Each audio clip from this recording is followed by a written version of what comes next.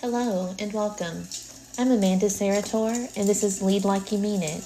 Each day, I'll share a passage from my book along with practical tools and micro acts of courage you can carry into your own life and leadership. Think of this as your daily pause, a moment to settle, to listen, and to return to yourself.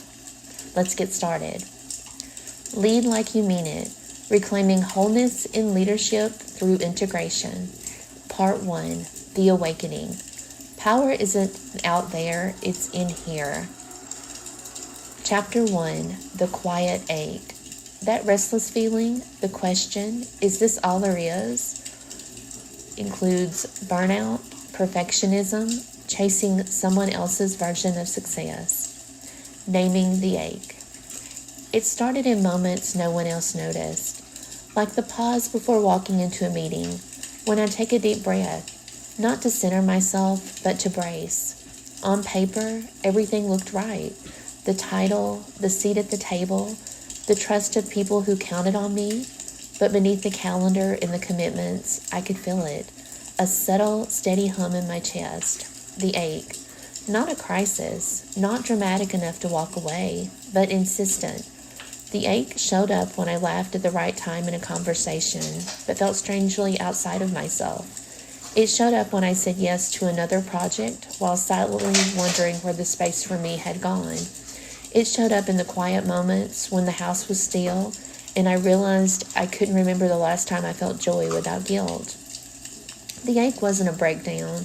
It was a breadcrumb trail, a messenger, a reminder that something in me was missing, not from my resume, but from my life. More faces of the ache.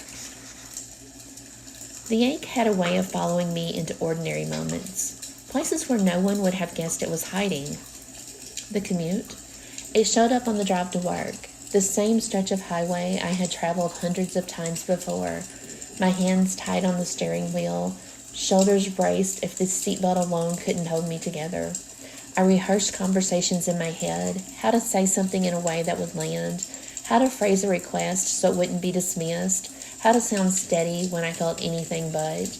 By the time I pulled into the parking lot, I hadn't even walked through the door and I was already exhausted. The ache lived there, in the 20-minute commute where I was more focused on performing the day ahead than actually beginning it. The conference stage. It showed up at conferences too, under bright lights and applause. I remember stepping onto a stage once, introduced as a leader to watch, a rising star. The audience leaned forward, notebooks ready, waiting for my insights. I smiled, spoke with polish, delivered every line with practiced cadence. They clapped when I finished, told me afterward how powerful and poised I seemed. Inside, though, I felt hollow. They had seen the performance, not the person. The ache hummed beneath the applause, asking, if they admire me for this version, do they even know me at all? The performance review. It even showed up in a performance review. Those carefully scheduled conversations meant to measure success. One year, my supervisor told me, you're the calm in the storm. People trust you because you never waver. I nodded, smiled, thanked him. Inside, I wanted to scream, calm. The calm he saw was my silence. The calm he praised was me swallowing emotions so they wouldn't leak out at the wrong time. That calm cost me nights of clenched jaws, weekends spent numb with exhaustion, mornings staring into the mirror, trying to piece myself together. The ache lived in the disconnect between who they said I was and who I actually felt myself to be. The missed moments at home. The ache showed up at home too, in the places I most wanted to be whole. Once, my granddaughter had a school event. Nothing monumental, just a class performance where she and her classmates sang 3 short songs.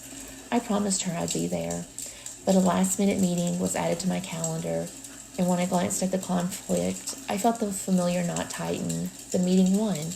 I texted another parent to record the songs, convincing myself she wouldn't mind, but that night, she asked me if I'd seen her wave from the stage. The ache roared in my chest.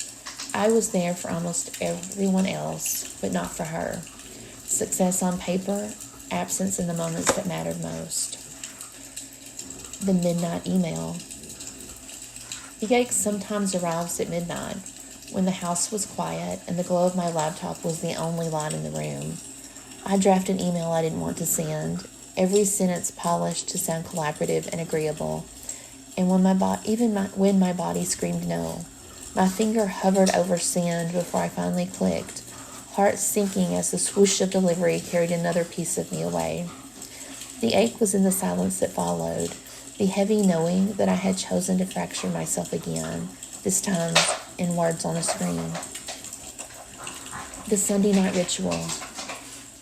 And of course, there were the Sundays, the hours before a new week began, when the calendar glared back at me like a map already drawn, meetings stacked, deadlines looming, every inch accounted for. My family would be watching a movie or eating popcorn, and I'd be in the corner with my laptop open, reorganizing the week, bracing myself for what was coming. The ache wasn't just about being busy. It was about being consumed. It was the whisper, you've built a life that looks full but feels empty. The ache in my body. Over time, I realized the ache didn't only live in my calendar or my choices. It lived in my body. The jaw that never seemed to unclench, the shoulder that carried invisible weights, the shallow breast that kept me moving but never really alive. My body was the first to tell the truth, long before my mouth caught up. It said, this way of living is unsustainable. The ache wasn't a mystery anymore. It was my body begging me to return to myself. Thank you for spending this time by the fire with me today. If this spoke to you, please like and subscribe so you'll know when the next reading is ready.